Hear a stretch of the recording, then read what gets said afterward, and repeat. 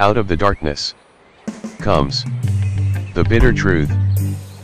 It's that time for the human population to wake up. Clifton R. Bradley's Underground Railroad Show is about problem solving and solutions in our communities. The problems that are affecting our communities very badly are killing our youths, family members, friends and our babies as each of standing watching these things happen.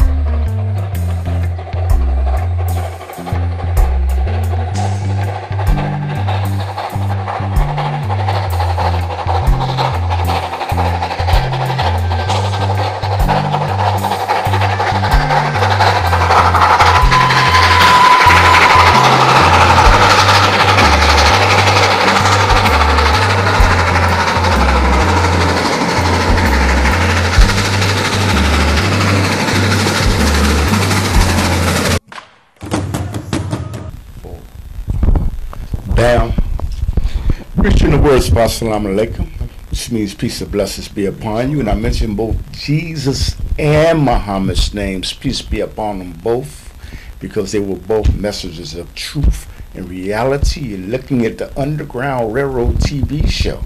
We come on CAN TV in Chicago every Saturday night at 10:30. Plus we come on YouTube and other social networks, social media.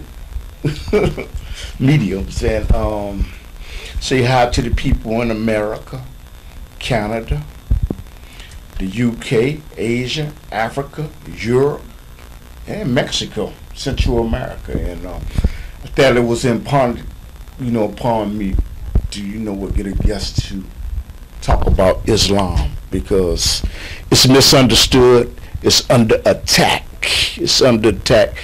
and I'm supposed to be giving dawah anyway. That's our mission as Muslims, is to spread our religion. And may it be the most predominant religion, and it's the best religion in the world.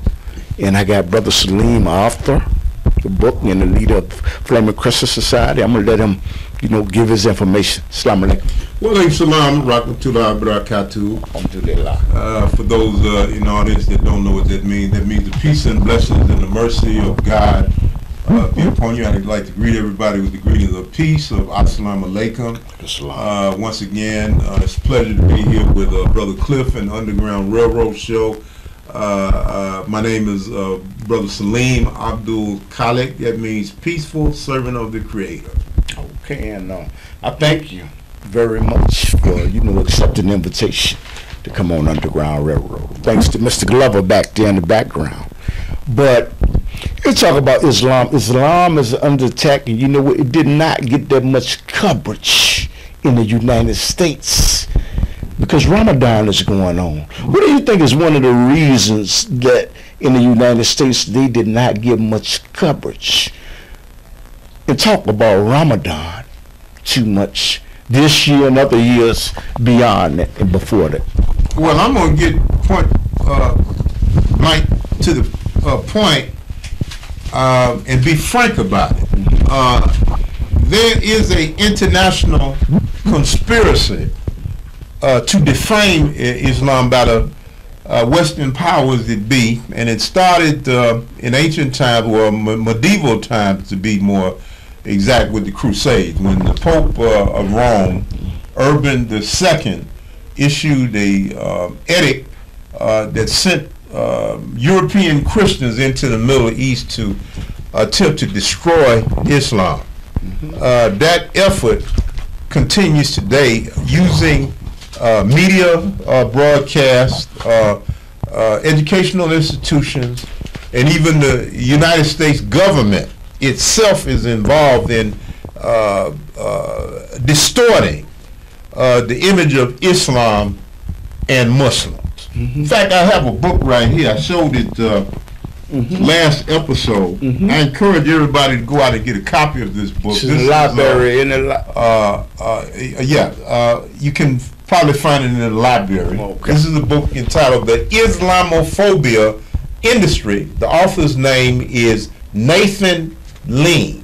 Nathan Lean, L-E-A-N, and he's written an excellent book here that shows how white Christians even the FBI, certain Israeli intelligence forces are engaged in an effort to defame Muslims for political purposes. Yes. You know, I was at Masjid Al Farouk in Chicago once on 89th and Stony Island, and there was somebody standing outside taking pictures of people entering the mosque. So are these mosques in the United States under surveillance, and why? Well, all of them are under surveillance. All of them are under surveillance because they think that Islam is a threat to the capitalistic system. Here's the ways that Islam is a threat to America. Islam is a threat to America in due to the fact that Islam is against drunkenness. Okay. America is a society that loves drunkenness. They promote alcoholism, etc., etc. Islam stands against drug addiction, the pharmaceutical industry, and also the illegal drug trade benefit. They make billions and billions of dollars off of sleeping, unconscious, zombified people every year, through drugs, illicit and legal drugs. Is that why? So Islam, because it's against intoxication, it is against they are against Islam because Islam doesn't tolerate these substances and chemicals of death, because the Holy Quran says in one chapter, it says that gambling and intoxicants was created by Satan in order to keep people from remembrance of God.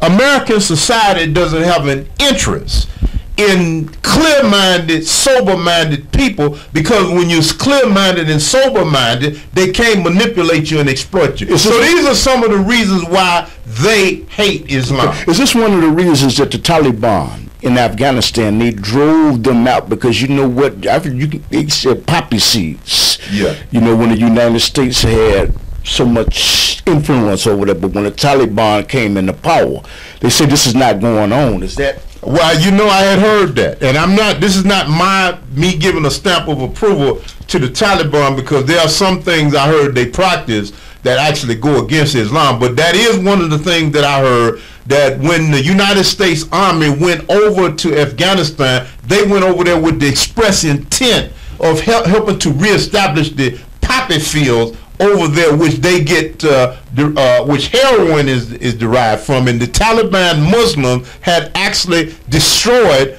the crops over there. So the United States government under Baby Bush and Big Bush Jr. has wanted troops to go over there for the specific intent that they could get the heroin flowing again. Okay. Now, we talk about terrorism. I'm going to talk about Donald Trump. Donald Trump has a no-fly zone. He does not want to allow certain Muslims into the country in certain areas that are classified as terrorist states. Okay. Now, I'm saying when Minister Farrakhan had made a statement that he's doing the right thing, because there are people that would love to come in and raise havoc and bomb and do all type of things in the United States. What do you think? Do you think he's right, wrong, or what's your opinion about that? I don't like Trump, but to a certain extent, I think he's right in wanting to keep any terrorists out of this country. But my thing is that America should also work on keeping American terrorism out of Muslim countries, because they're the ones going over there dropping drone bombs on innocent Muslims, killing old men, women, and babies. Do you understand what I'm saying? So the terrorism thing working on both sides.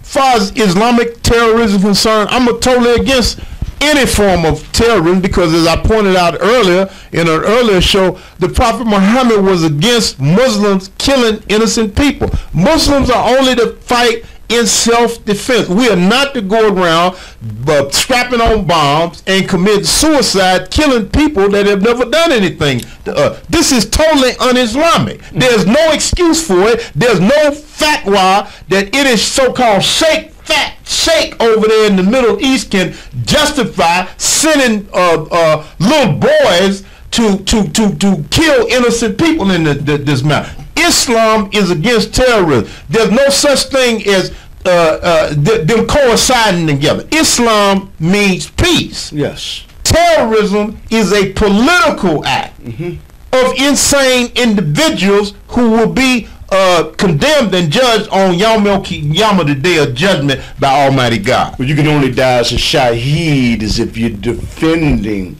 Islam, not strapping a bomb. And you cannot hurt innocent people. One of the laws and rules of the Sharia that these Caucasian people hate is that you cannot harm innocent people. This is one of the teachings of Prophet Muhammad.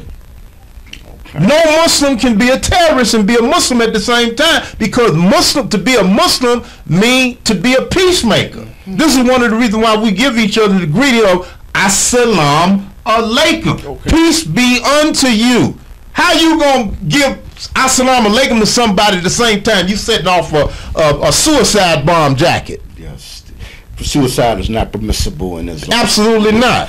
And it's about I want to ask you about the Sharia law, and then I'm gonna go to women being abused in Islam. Okay. And about Sharia law, there are people running around spreading misinformation, talking about it is okay to engage in bestiality, sleeping with an animal, and that's in the Sharia law. That's nowhere in the Islamic law that Prophet Muhammad laid out. The Quran is the law of the Muslims, and in the Quran you have rules and regulations against homosexuality. You have rules and regulations against incest, and nowhere in the Quran is there any divine law sanctioning such perverted sexual behavior. Yes. I mean, let's just put that to rest right now.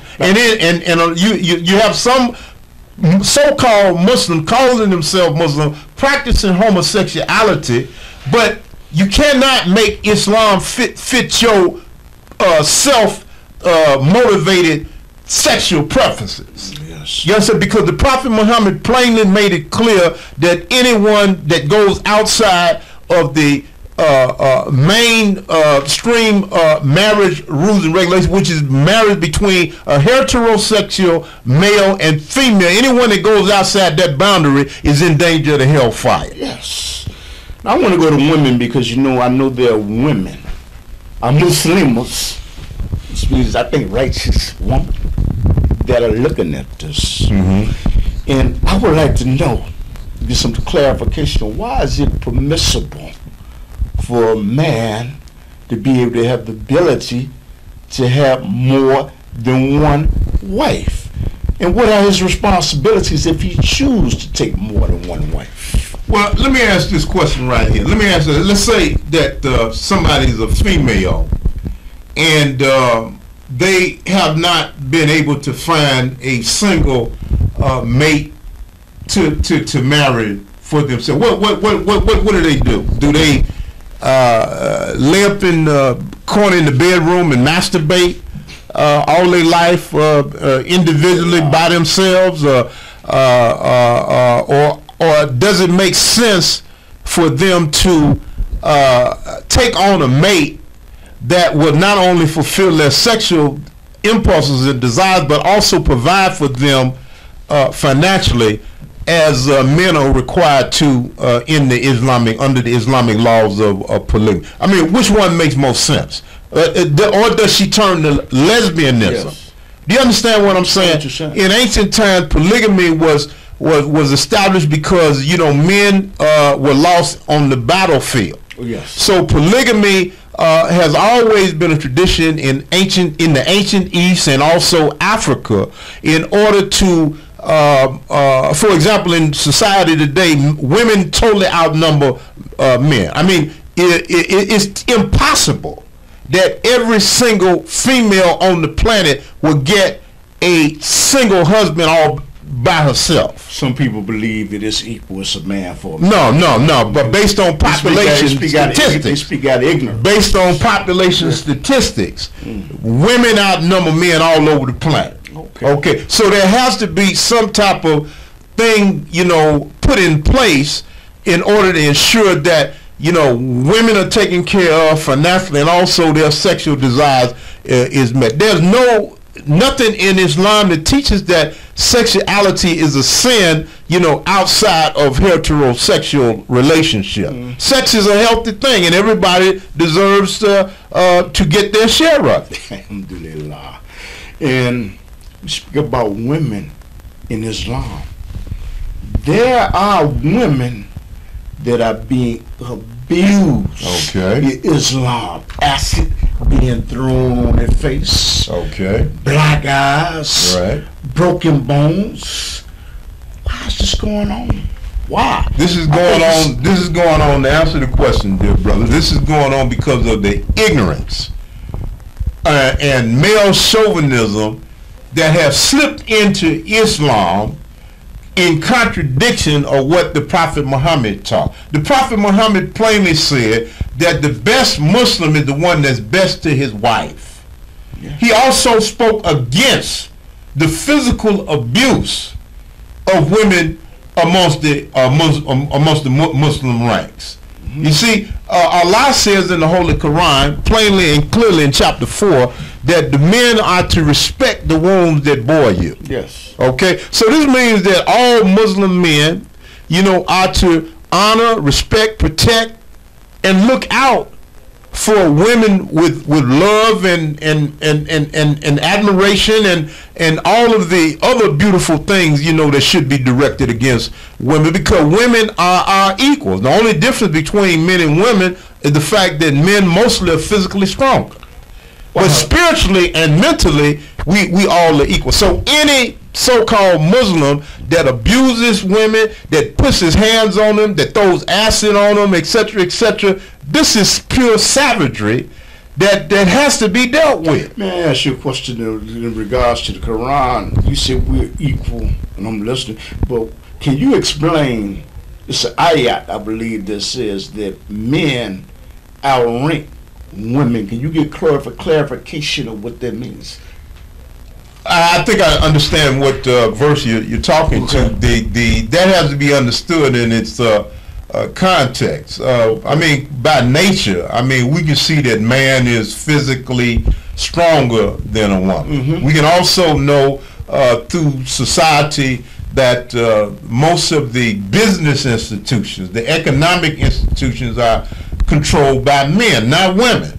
There are a few women that may be physically stronger than men and more economically wealthier, etc., etc. But on the average, man, we know that men dominate the society. So when the Quran speaks of men having somewhat of a degree above women, it is not saying that we are not equal spiritually and mentally. What it is saying is that the man should be, in charge of the household. And most women that you talk to, 99% of most women that you talk to would agree, except maybe if they're lesbian, would agree that a man should be in charge of the household. I understand. That's not unnatural. I understand what you're saying. So there's a protest, and many protesters that are starting to transpire in the United States against the Sharia law. There's a protest going on right now in Chicago. What is your take on that? This is mostly the work of ignorant people. The book that I showed earlier, The Islamophobia Industry, went into detail and named names, just who all the players are against this uprising against Islam in America. It's mostly these prejudiced white Christians who are angry at Muslims because we gave up worshiping a white Jesus, for Allah. When you go into Islamic mosques, you don't see any images.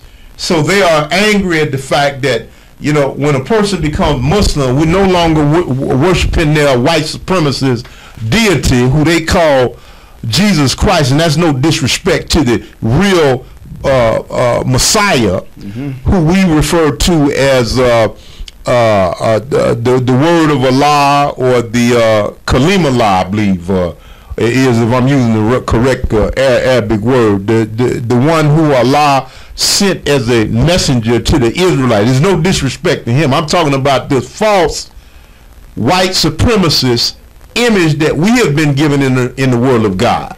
Okay. They don't like the idea that when you become a Muslim and worship the one God whose proper name is Allah, you're no longer bowing down to the images that white supremacy has put in our head for centuries. Yes, I understand what you're saying. In Islam, do you eventually believe that it will be a battle because of Islamophobia between the East and the West? I think Prophet Muhammad, somebody, sallallahu alaihi wasallam, said that eventually there will be banners. That I think 9 or 12 banners were raised up against the European nations. And do you eventually believe that there will, because of the clash and the cultural clash, there will be a battle? Well, I don't think I don't know all the details about the sayings related to that, but I do know this. I do know this, that Muslims and Christians should be friends. Okay, actually, the Holy Quran teaches the Muslim to respect the Christians. There's actually a verse in the Quran that says that the Muslims are to protect the Christian institutions of the church, you know, if they are being assaulted or attacked. And during the time of the Prophet Muhammad, he allowed Christians to come visit the mosque and actually make their prayers inside the mosque. So we are not naturally supposed to be enemies. The Quran teaches that both the Muslims and the Christians should strive together as in a race toward all that is good to make this planet a better place. But do you believe that the West comes into certain societies to corrupt their society? It's no ifs, ands, and buts about it. I mean, everywhere Christian missionaries went, you know, not just in Africa, but in Asia and all other different places over the planet, they took that white image of God in order to brainwash and dominate people and eventually take over their land for the natural